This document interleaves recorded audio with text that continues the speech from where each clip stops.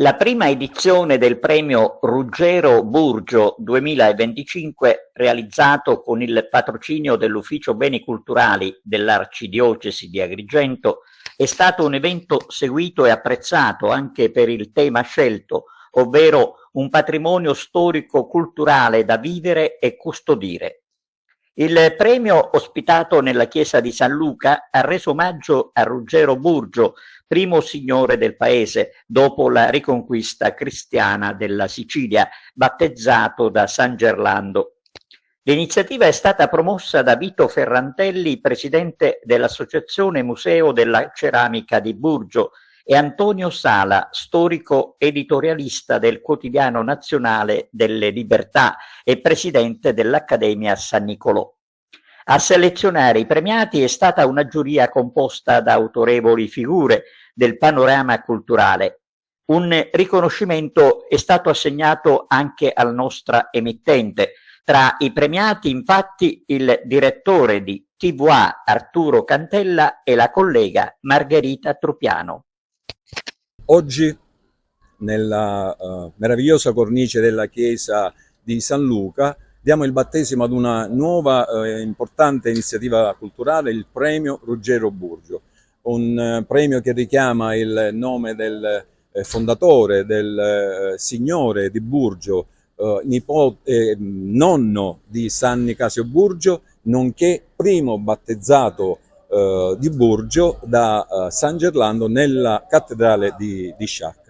È una iniziativa che vuole celebrare il concetto di cultura inteso nella duplice accezione, da un lato quella antropologica che richiama, no, fa riferimento a quello che può essere la vita di un popolo, di una comunità, e quindi alle tradizioni, alla storia, ai linguaggi, e l'altro concetto di cultura un po' più elevata che attiene al pensiero, al sapere, alla conoscenza. Ebbene, noi oggi in questa manifestazione, da un lato vogliamo dare rilevanza a quella che quello che sono le eccellenze di Burgio, quindi da un lato l'artigianato, la tradizione ceramica e l'arte campanaria, e dall'altro vogliamo dare appunto visibilità, vogliamo dare diffusione alle bellezze artistiche che ci sono nella nostra cittadina, come in questo caso la chiesa di San Luca. Darete anche del riconoscimento. E poi ovviamente sarà l'occasione per esprimere una sorta di riconoscimento verso tante personalità del nostro territorio che si impegnano grazie alle loro produzioni artistiche o letterarie e che contribuiscono a portare alto il nome e la cultura del nostro territorio. Con questo premio abbiamo voluto dare un segnale alla cultura che si autosostiene, perché abbiamo deciso di non usufruire di fondi pubblici ma di essere autonomi rispetto al pubblico, perché la vera cultura si deve anche autosostenere.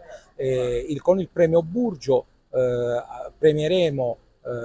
con dei riconoscimenti delle eccellenze che sono sia siciliane che nazionali che anche internazionali, perché abbiamo istituito una sezione che si intitola Burgio nel mondo, che premierà una personalità che dall'altra parte dell'oceano, precisamente a New York, con la Fondazione Italiana di Cultura Casa Belvedere, ha sviluppato una serie di grandi iniziative che hanno promosso la Sicilia, Burgio e l'Italia nel mondo e precisamente negli Stati Uniti. Questo ci dà l'idea di un'identità che costruiamo, ma soprattutto che è dinamica, aperta e capace di interagire con mondi e culture lontane ma vicine anche allo stesso tempo.